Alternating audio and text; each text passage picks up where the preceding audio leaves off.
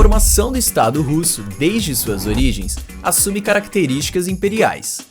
No seu interior conviviam diversos povos, línguas e religiões. Com a Revolução Russa de 1917, se constitui a União das Repúblicas Socialistas Soviéticas, a URSS, que depois da Segunda Guerra Mundial era formada por 15 repúblicas. Embora gozando do direito formal de se tornarem independentes, as repúblicas eram controladas pelo governo central, organizado em torno a um partido único. Em 1991, a União Soviética se dissolve e as diversas repúblicas declaram sua independência. A Rússia fica com 17 milhões e 100 mil quilômetros quadrados e uma população de 144 milhões de habitantes. É o maior país do mundo, com um território em torno de 2 vezes maior que países como Canadá, China, Estados Unidos ou o Brasil.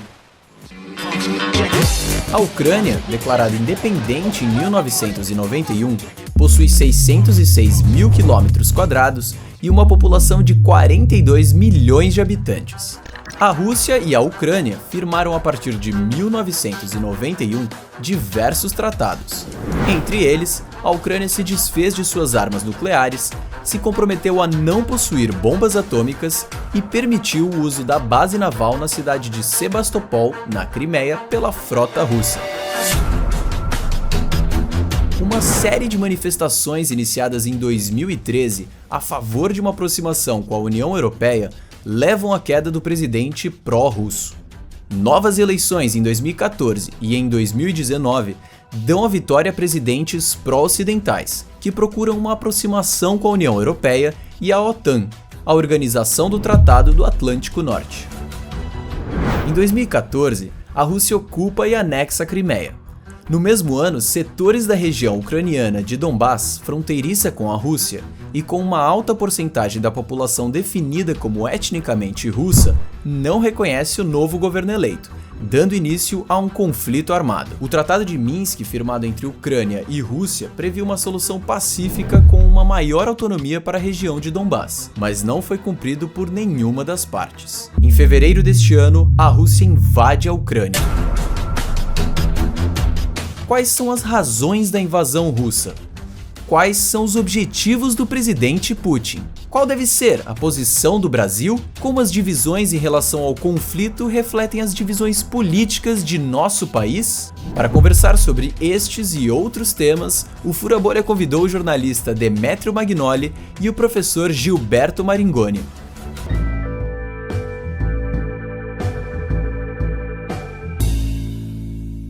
Chegou a invasão da Ucrânia pela Rússia e qual é a responsabilidade dos diferentes participantes do conflito? Essa pergunta foi respondida por Putin 2 vezes. A primeira resposta dele foi dada em julho de 2021, num artigo que ele escreveu com pretensões históricas sobre as relações entre Rússia e Ucrânia. O núcleo do artigo é a ideia de que a Ucrânia e a Belarus não são nações soberanas ou não têm o direito de ser nações soberanas porque elas fazem parte de uma nação russa triune. A Ucrânia e a Belarus são Rússia. E a frase-chave do artigo é a que diz que a Ucrânia só pode ser independente em estreita parceria com a Rússia. Essa ideia que ele tenta sustentar com base numa longa argumentação histórica que começa lá na Idade Média, essa ideia foi repetida no discurso de 24 de fevereiro, quando Putin anunciou o início da guerra, que ele não chama de guerra,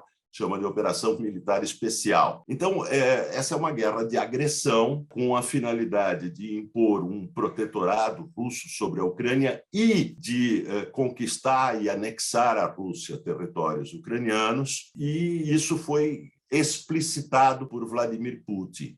E, além disso, tanto no discurso quanto no texto, faz uma série de outras alegações falsas, mas secundárias, marginais, no centro da sua argumentação. Então, a responsabilidade completa pela guerra é da Rússia. E é por isso que a imensa maioria das democracias no mundo condenaram a guerra de agressão numa votação na Assembleia Geral da ONU. Obrigado pela resposta, Demetrio, mas eu acho que a gente precisa ter um pouco mais de distância histórica para analisar isso, até porque nunca nenhuma guerra é produto de algo fortuito, que não estou dizendo que você disse isso, mas que aconteceu nos anos recentes. Existe um acúmulo de tensões naquela região por ser uma fronteira que a Rússia tem com a Europa. Quer dizer, a Bielorrússia e a Ucrânia foram historicamente portas de entrada para invasões no território russo. Isso molda a história russa desde, tudo bem, pode vir da Idade Média, mas de Napoleão, das invasões nazistas, das invasões que a Rússia sofreu logo depois da Revolução, por aí mais de uma dezena de exércitos. Mas nessa invasão agora está a tensão da expansão da OTAN. Eu quero fazer um parênteses, que eu não acho que se deva ter um lado nessa guerra. O Putin é um autocrata de direita e nem todos os países que estão contra, em especial a Ucrânia, também não é uma democracia, assim como a Rússia não é. Então não vamos colocar a invasão da Ucrânia, a guerra da Ucrânia, num conflito entre um lado bom e um lado mau, um lado democrático e um lado não democrático, mas numa tensão de interesses na defesa histórica de um território que se sentiu tensionado pela expansão da OTAN para leste. É preciso dizer que a OTAN é uma organização criada no pós-Segunda Guerra, em 1949, para defender a Europa do perigo vermelho. Ela foi criada pelos países europeus, os Estados Unidos entraram a convite. Ela teve um papel estratégico no mundo bipolar, mas ela perde a função, em tese, ela perderia a sua função em 1991, depois da queda do perigo vermelho. Não foi o que aconteceu. De iniciais 14 países, ela, ao longo desses 30 anos, ela incorporou mais 16, a quase totalidade deles indo para leste na Europa, ou seja, em direção à Rússia. O Putin vem se colocando contra essa expansão, pelo menos desde 2007, naquela famosa Conferência de Defesa Europeia, em Munique, em fevereiro de 2007. E essa escalada vem se acentuando com a entrada de outros países na OTAN, e um ponto notável disso foi a guerra contra a Geórgia.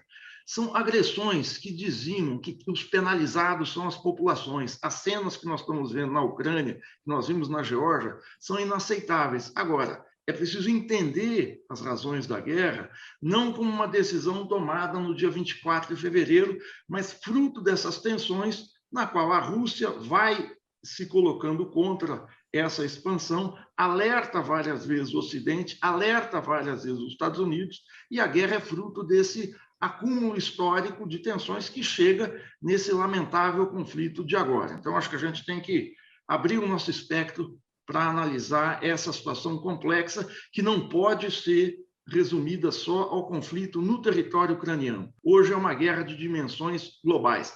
Talvez seja, depois da Segunda Guerra Mundial, o conflito bélico de maiores repercussões mundiais que a gente teve. A invasão da Ucrânia pela Rússia se justifica? Acho que justifica, não justifica. Ela pode ser explicada. Quem pode justificar é o Putin e o governo russo. Você pode explicar com o acúmulo de tensões na região o fato da Ucrânia, especialmente da Crimeia, ser uma região, um porto estratégico para a Rússia. Isso historicamente, aquela região é uma região muito tensa. A gente teve no meio do século XIX, a única guerra europeia foi a Guerra da Crimeia, que envolveu o Império Otomano, o Império Russo, uma disputa grande pelo único porto em águas quentes que a Rússia tem acesso. Pode-se explicar pelo avanço da OTAN para leste. Pode-se explicar pelo fato da Ucrânia colocar na sua Constituição a adesão à OTAN.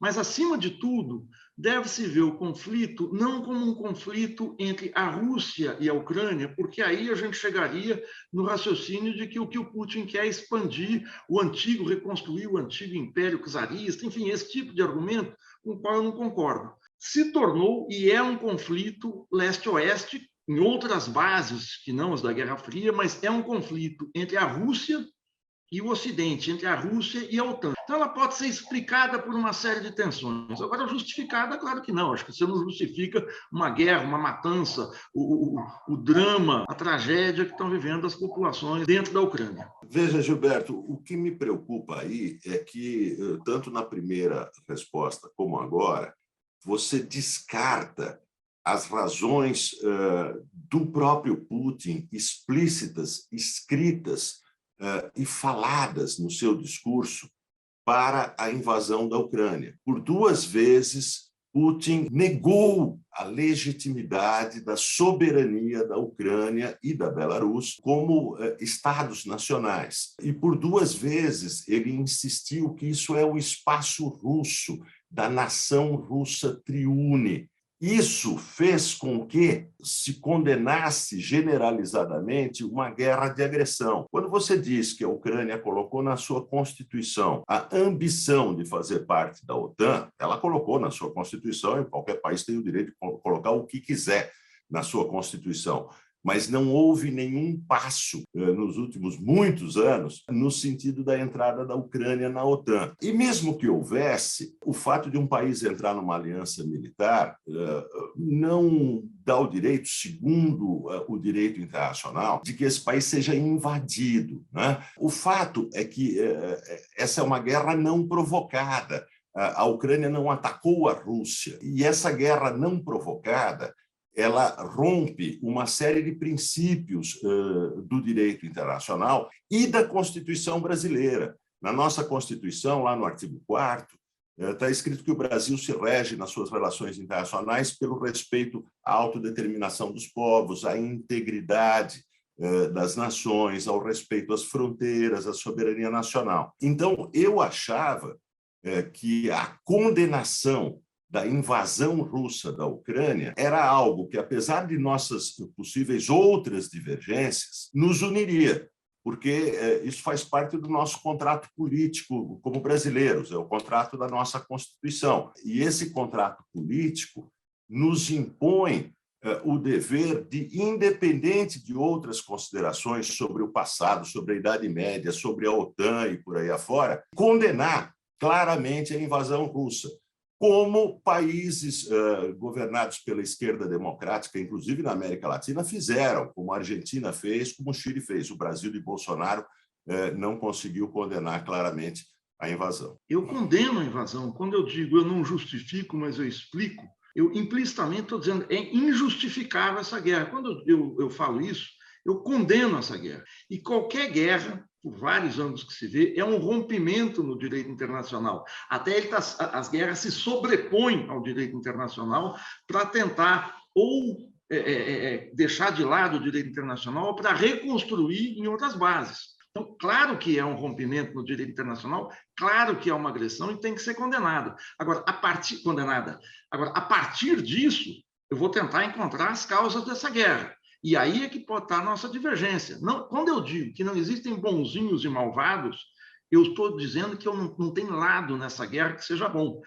Demetrio, como você define o atual regime político da Rússia? O regime de Vladimir Putin é um regime, hoje, depois do início da guerra, é uma ditadura. Antes do início da guerra, era um regime autoritário que se fechava cada vez mais. É um regime onde o governo controla, o Kremlin controla os principais meios de comunicação, principalmente a televisão. É um regime onde uma série de leis permitem a prisão de opositores. Isso se tornou mais claro depois do início da guerra, onde usar a palavra guerra e pedir a paz na Ucrânia são motivos para a prisão, inclusive com penas de 15 anos. É um regime controlado por espiões, né? Os ex-colegas de Putin na antiga KGB formaram o regime, e é um regime no qual, isso é muito importante, os tribunais são controlados pelo governo. Não existe um judiciário independente. É um regime que se notabilizou nos últimos muitos anos por assassinatos de opositores. Quando você disse, Gilberto, que nem a Rússia nem a Ucrânia são democracias, essa é uma afirmação muito genérica. A Rússia é um regime autoritário, que agora se transformou numa ditadura aberta. A Ucrânia, ela pode não ser uma democracia perfeita, né? É uma democracia bem imperfeita, mas na Ucrânia existe um sistema político competitivo. Existem partidos políticos pró-russos que até a guerra disputavam as eleições. Existe um sistema eleitoral competitivo, existe uma imprensa que até o início da guerra, agora a Ucrânia está em lei marcial, existe uma imprensa crítica na Ucrânia. Opositores não eram presos arbitrariamente, os tribunais não eram controlados pelo governo. Nas últimas eleições ucranianas, um partido novo, vindo mais ou menos do nada, que é o partido de Zelensky, venceu as eleições. Partidos novos que vêm do nada e vencem as eleições não são coisas características de ditaduras. Então, a Ucrânia era um país que evoluía no sentido da democracia, com N problemas nessa democracia. E esse é um dos problemas de Putin. Quer dizer, um dos problemas mais sérios de Putin com a independência da Ucrânia é uma Ucrânia democrática.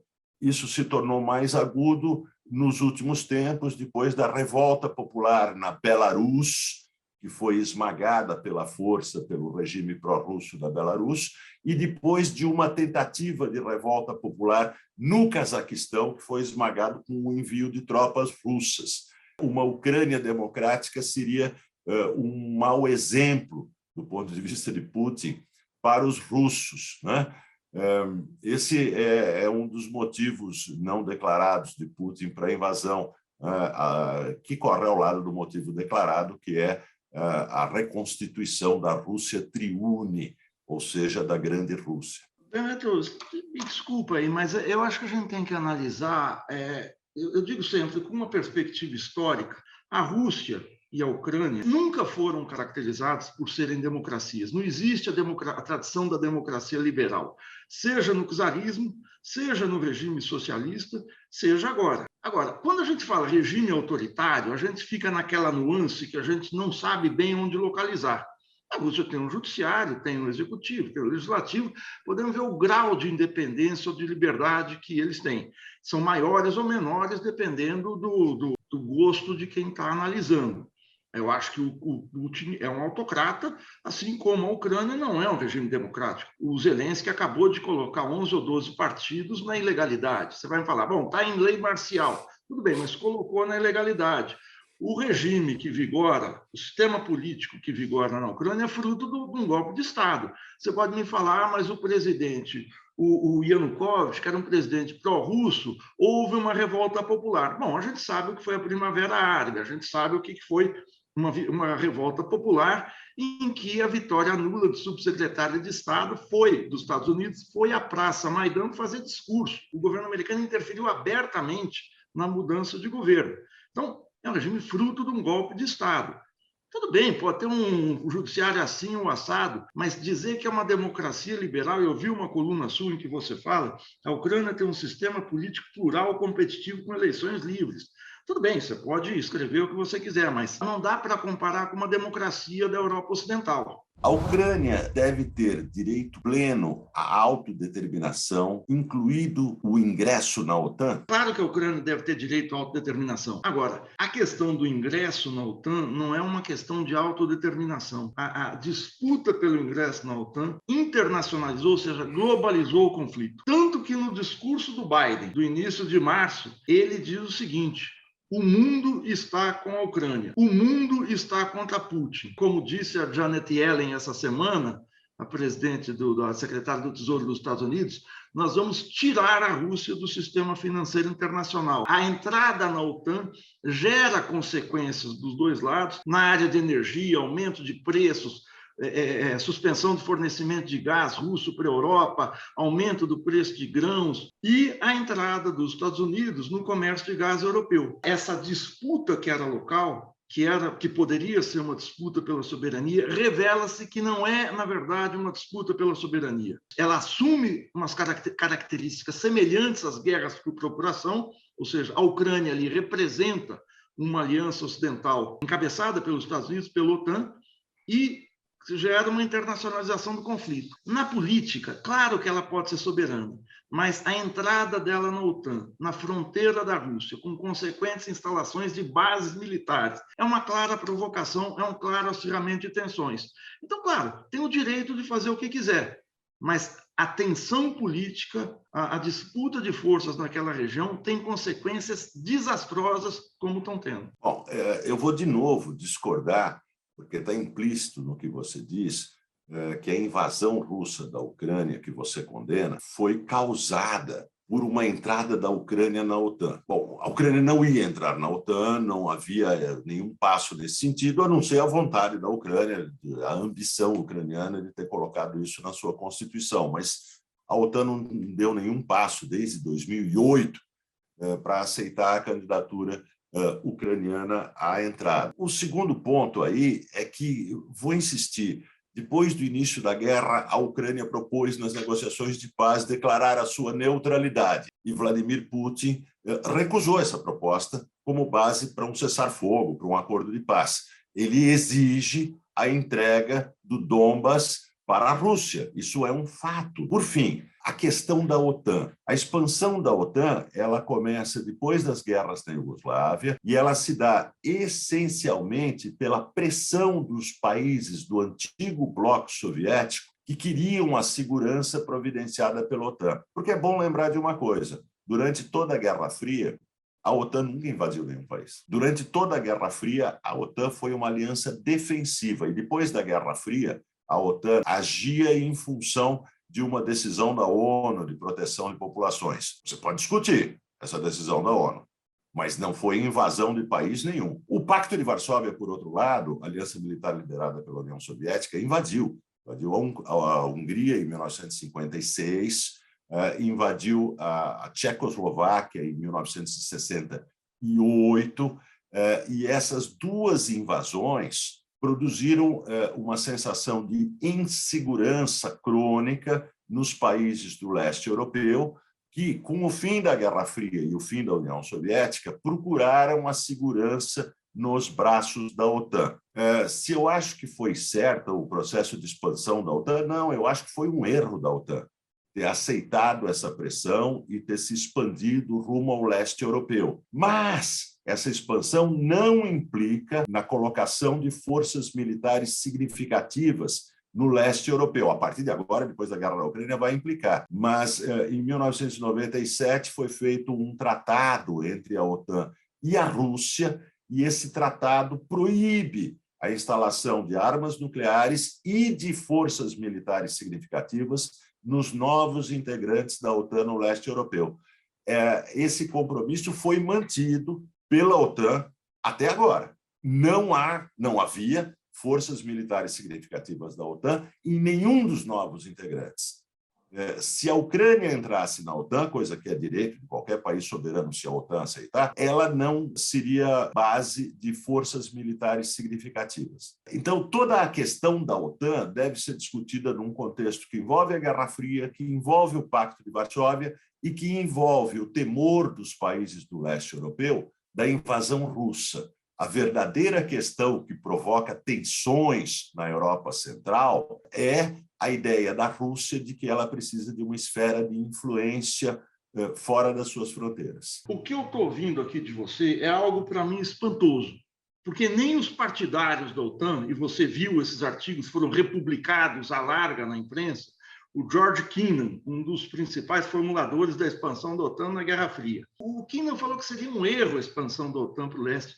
O Kissinger condena a expansão para o leste. E é a primeira vez que eu ouço que a OTAN é uma aliança defensiva. É preciso dizer o seguinte, diferentemente da ONU, diferentemente dos organismos multilaterais criados no pós-guerra, a OTAN não é uma organização multilateral. Ela é uma organização de 30 países que tem aí 2/3, um pouco mais do orçamento militar global. Ela é expansiva, ou seja, uma aliança que está se expandindo, ela não está se defendendo, ela está avançando sobre territórios. Ela, claro que é a convite desses territórios, mas ela está avançando numa situação que o próprio George Kennan dizia que é um desastre, porque é uma provocação, é um aguçamento de tensões. Então, eu não entendo uma ação defensiva que ela vai permanentemente se expandindo. Muito mais do que a expansão russa, que a Rússia encolheu depois de 91. Perdeu territórios, perdeu... A Rússia hoje é um país primário exportador, de 140 milhões de habitantes, tem um PIB um pouquinho melhor que o Brasil, e a única vantagem da Rússia em relação aos seus vizinhos no mundo é ser a segunda maior potência nuclear. É uma potência secundária, ela não faz sombra para a China e para os Estados Unidos. Então, essa história do expansionismo, do perigo, não existe. O que existiu, claro, é essa ação defensiva. Por quê? Porque o território russo, e aí é o problema russo, sempre foi da entrada da Bielorrússia e da entrada da Ucrânia até Moscou, é estepe. Você entra a cavalo, ou você, como Napoleão, você entra com tanque, como as divisões Panzer, como o exército alemão entrou, sem grandes acidentes geográficos que impeçam o seu deslocamento. Então, esse guarnecimento sempre foi um trauma russo, um trauma, uma tensão artificial ou não. Então, eu estou tentando explicar o que aconteceu. Você está justificando a existência da OTAN. Na minha opinião, a OTAN perdeu sua razão de existir depois de 1991. Eu só quero comentar tentando, vamos dizer, deixar claro aquilo que eu disse. Eu sou contra a expansão da OTAN no pós-Guerra Fria. Eu acho que a OTAN errou ao se expandir para o leste no pós-Guerra Fria. O que eu disse foi outra coisa. Eu disse que a expansão da OTAN foi produto essencialmente da pressão de países da Europa Central e Oriental, como Polônia, Hungria, República Tcheca, Eslováquia e outros, pela segurança ou pela percepção de segurança que a Ucrânia, que a presença da OTAN, que a participação na OTAN lhes daria. Então, de novo, eu estou tentando explicar o contexto da expansão da OTAN. Quando você fala que a OTAN é expansionista porque avança sobre outros países, isso é um erro. Veja, a OTAN não invadiu país nenhum. Não falei isso. A OTAN recebeu a adesão de países democráticos cujos governos eleitos pediram para entrar na OTAN. Eu acho um erro da OTAN ter recebido a adesão desses países. Mas não acho, Putin não acha, e os fatos não mostram que essa é a causa da invasão da Ucrânia. Porque se fosse a causa da invasão da Ucrânia, então a proposta de paz de Zelensky, com base na neutralidade da Ucrânia, já teria sido aceita. Mas ela não foi aceita porque Vladimir Putin já explicou que não fará a paz enquanto a Ucrânia não aceitar a anexação russa da Crimeia e não aceitar que o Donbas fica sob controle de separatistas russos e depois é anexado à Rússia. Essas são as exigências da Rússia para a paz. Qual, na sua opinião, deveria ser a posição do Brasil frente à guerra na Ucrânia? Eu acho que o Brasil deve condenar a agressão, a guerra. Agora, o Brasil não tem que se somar à política de cerco econômico, de bloqueio econômico que está sendo feito pelo Ocidente, porque isso prejudica, em especial, a população russa.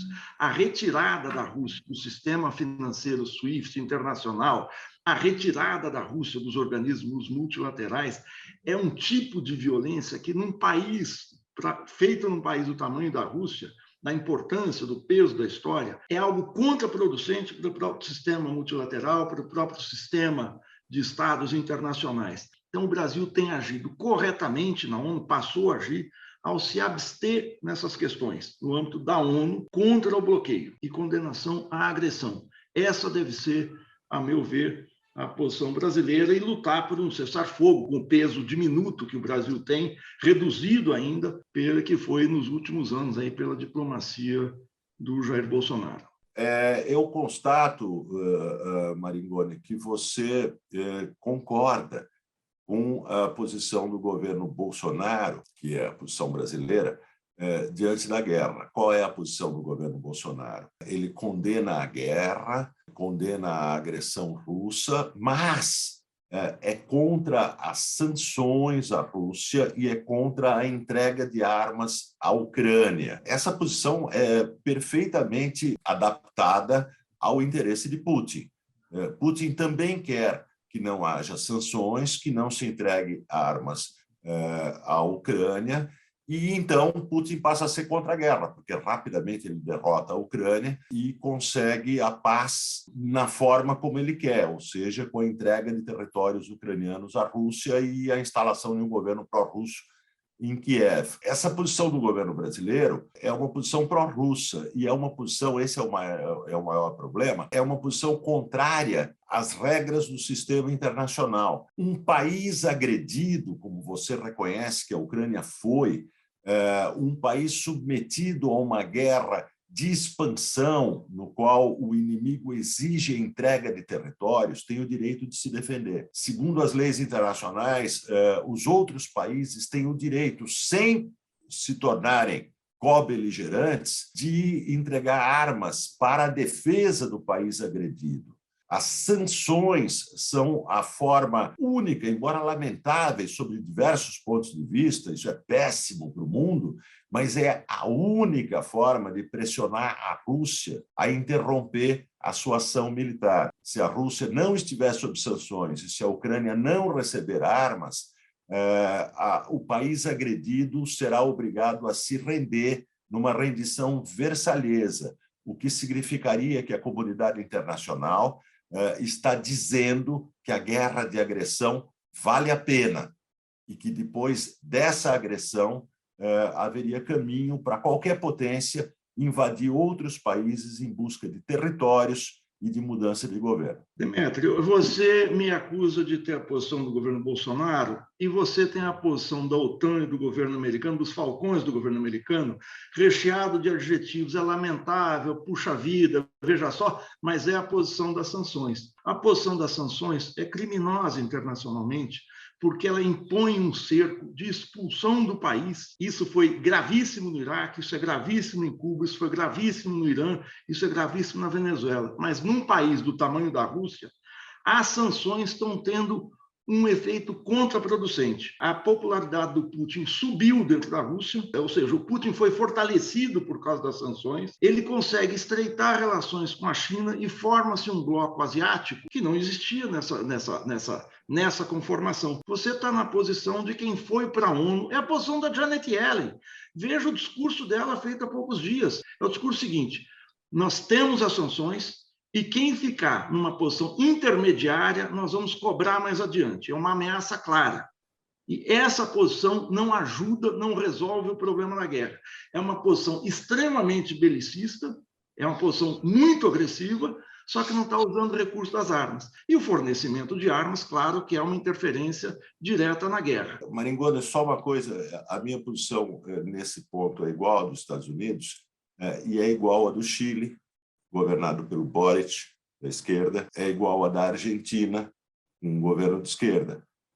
É igual à da imensa maioria das democracias do mundo, que dizem que sem as sanções e sem a entrega de armas à Ucrânia, o mundo vai passar a viver sob a regra de que qualquer potência mais forte tem todos os estímulos para invadir países menores, seus vizinhos.